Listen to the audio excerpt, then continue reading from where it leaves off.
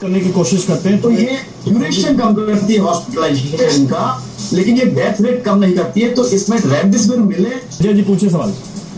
Sir मेरा प्रश्न ये है कि अभी एक रिएजेंट है लेबोरेटरी केमिकल मिथाइलिन ब्लू, इसका उपयोग बहुत उपयोगी सिद्ध हो रहा है कोरोना के इलाज में। ये सही बात है? हाँ, वो खबर मैंने भी देखी है। डॉक्टर विवेक, आप मानते हैं इसको मलेरिया के इलाज में जो वो दवा यूज हो रही है उसको बताया जा रहा है कोरोना से भी इलाज हो सकता है? कोरोना में का नहीं, ऐसा है कि this is a medicine which is being used for long time. जो सीवियर हाइपोटेंशन पेशेंट होते हैं, उनको इंट्रैक्टेबल हाइपोटेंशन है, उनके लिए नॉर्मली यूज करते हैं to get the blood pressure up. लेकिन ये कोरोना के इलाज के लिए इसका कोई स्टैंडर्ड ट्रायल में नाम भी नहीं है। बहुत से पेशेंट आते हैं तो हम लोग जैसे कि रेमडेसिविर इस्तेमाल करते हैं, स्टेरॉइड करते हैं, खून पतला करते हैं, हेपेरिन करते हैं, टोक्लिजुमैब जो कि IL-6 इनहिबिटर है, वो जो साइटोकाइन स्ट्रांग हो जाता है उसको इस्तेमाल करते हैं, जैक इनहिबिटर्स का इस्तेमाल करते हैं। तो इसमें अननेसेसरी भ्रम ना होने की कोशिश करें। ये अस्पताल डिसाइड करेगा। Methylene blue is not that रामबाण।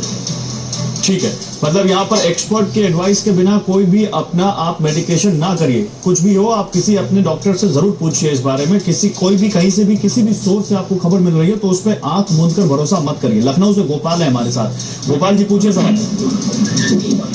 सर मेरा सवाल ये है कि जो लोगों को ऑक्सीजन अवेलेबल नहीं हो पा रही है, तो जो ऑक्सीजन कैंस है वो कितना कारगर है, मतलब कितनी हेल्प कर सकते हैं पेशेंट की इमरजेंसी में? विवेक जी।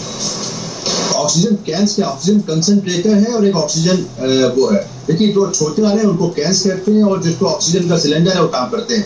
मैं अभी भी कहता हूँ, मेरे पास कई कॉल आए, मैं आपको आपके टीवी के माध्यम से बताना चाहता हूँ कि होम क्वारंटाइन में अगर बेड्स अवेलेबल नहीं है, अगर होम केयर नर्स रख लें, ऑक्सीजन का लेवल 94 के ऊपर रखें, अगर ऑक्सीजन सैचुरेशन कम हो रहा है तो इंट्रावीनस दवाई अगर घर पे शुरू कर पाए, स्पेशली स्टेरॉइड, और अगर ज्यादा रेमडेसिविर आपको मिल पा रही है और आपका सैचुरेशन कम हो रहा है तो घर पे दें। IV एंटीबायोटिक्स का काफी रोल है, तो ये सब करेंगे तो आराम मिलेगा। ऑक्सीजन को देखें, सैचुरेशन बढ़ाना है, चाहे कैन से बढ़ाइए, चाहे कंसंट्रेटर से बढ़ाइए, चाहे आपके हॉस्पिटल के अंदर हॉस्पिटलाइज होकर बढ़ाइए। ठीक है। Home quarantine plus home care nurse will play major role to reduce the burden of the hospitals, जो कि बहुत ज्यादा है इस समय। मैं लखनऊ का रहने वाला हूँ, आपने लखनऊ से आपको क्वेश्चन पूछा, मुझे बड़ा अच्छा लगा। बहुत बढ़िया। कानपुर से एक दर्शक है हमारे साथ, लखनऊ के पास से, ये सर प्रीति जी, उनका भी सवाल ले लेते हैं। प्रीति जी पूछिए सवाल। जी सर, वो मैं पूछ रही थी कि जो हम लोग रजिस्ट्रेशन करा रहे हैं उसमें अच्छा, डॉक्टर साहब से कोई आप पूछना चाहती हैं इस बारे में? वैक्सीन से जुड़ा कोई आपके मन में और कोई सवाल, या यही सवाल है कि रजिस्ट्रेशन 18+ वालों का नहीं हो रहा है? नहीं सर, यही सवाल है। नहीं, हो रहा है। मैंने कई लोगों को कराया है, देखा है। हो सकता है आज ना हो रहा हो, मेरे बेटे ने ही कराया है परसों रजिस्ट्रेशन। नहीं, और हो रहा है 2.5 करोड़, जैसा कि अभी डॉक्टर अनिल ने भी कोट किया था, 2.5 करोड़ लोग रजिस्ट्रेशन करवा चुके हैं। तो आप एक बार फिर से कोशिश कीजिए, हो सकता है आपका रजिस्ट्रेशन हो जाए। राजकोट से रमा जी हमारे साथ है। रमा जी पूछिए सवाल। अशोक कुमार है मधुबनी से हमारे साथ। अशोक जी पूछिए सवाल। सर हमारा ये है कि मैं 52 साल का हूँ, मैंने अपना दोनों डोज ले लिया है और हमारी पत्नी है, उनका फर्स्ट डोज लिए हुए अभी 20 दिन हो गए हैं। मेरा बड़ा लड़का डॉक्टर है, उसने 21 तारीख को अपना डोज लिया है, लेकिन छोटा वाला 22 साल का है, उसका डोज अभी तक नहीं पड़ा है।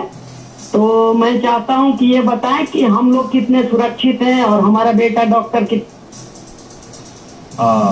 विवेक जी चुकी है, उनपे सुरक्षा का लेवल काफी ज्यादा है, खास करके अगर 1 महीना बीत चुका है, क्योंकि उसमें एंटीबॉडी रिस्पॉन्स आ चुका होगा एंड आई एम श्योर कि वो काफी सुरक्षित है। 99% तो कह ही सकता हूँ, 100% की श्योरिटी इसलिए नहीं है क्योंकि कुछ लोगों को देखा गया है इवन आफ्टर 2 डोजेज उनको हुआ है, लेकिन उनको जिनको हुआ है काफी माइल्ड हुआ है। एक आध चीजें देखा गया कुछ पेशेंट में जिनकी काफी कोमॉर्बिडिटी रही है, उनको सेकंड डोज लगने के बाद भी हुआ है और they have not survive, but they are very very rare.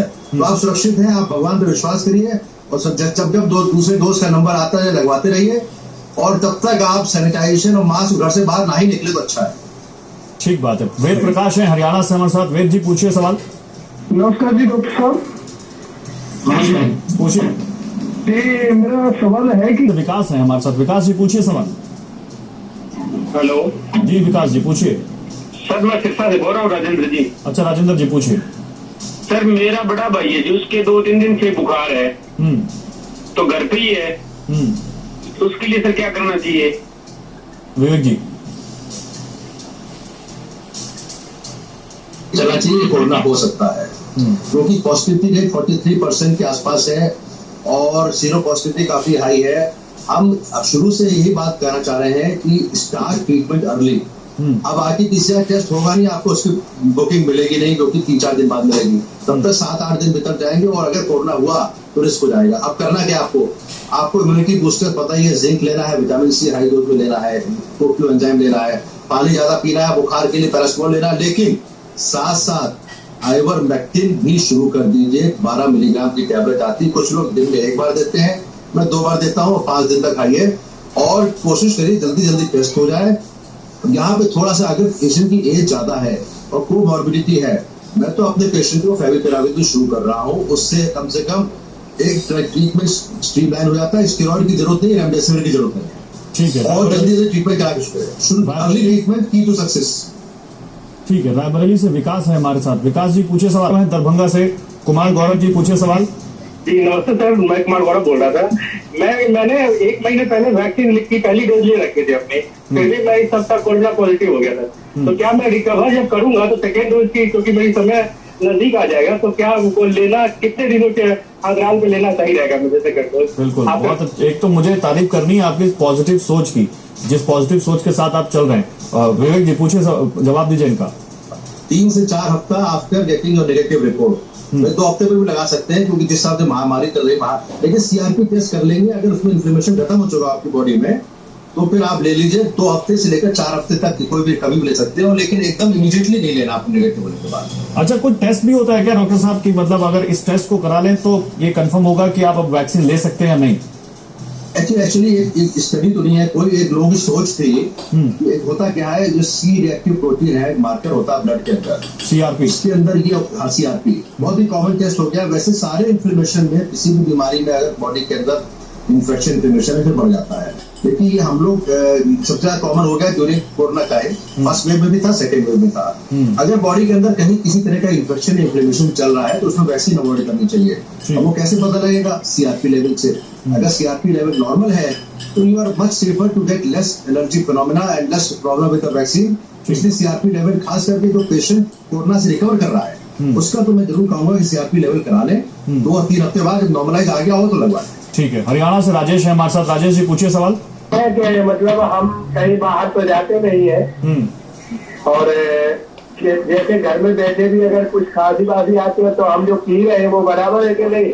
काली मिर्च हो, हम डॉक्टर साहब से पूछना चाहते हैं, काली मिर्च, लौंग और इलायची और अदरक का रस, उसका सारा बना के पी रहे हैं तो कोई तकलीफ तो नहीं? विवेक जी।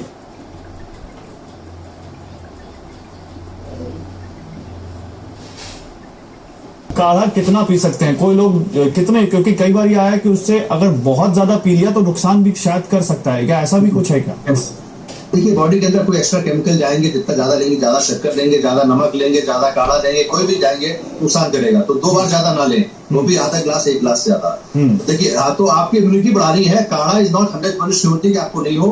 सबसे इंपॉर्टेंट बात है कि घर के बाहर तो आप जा नहीं रहे, बाहर से भी लोगों को अंदर ना बुलाएं, यानी कि आपके मेड सर्वेंट है, ये सब है, इनको खत्म करिए और घर के अंदर टोटल घर के अंदर आइए। और घर के अंदर भी अगर मास्क पहनेंगे, मुझे आपकी आवाज से लग रहा है कि आपकी उम्र कम से कम 50-60 के ऊपर है, तो घर के अंदर भी मास्क पहनिए और बचाइए इस कोरोना से महामारी को। और देश के प्रधानमंत्री जी को इस काम में जीतने के लिए, TV9 को जीतने के लिए हेल्प करिए।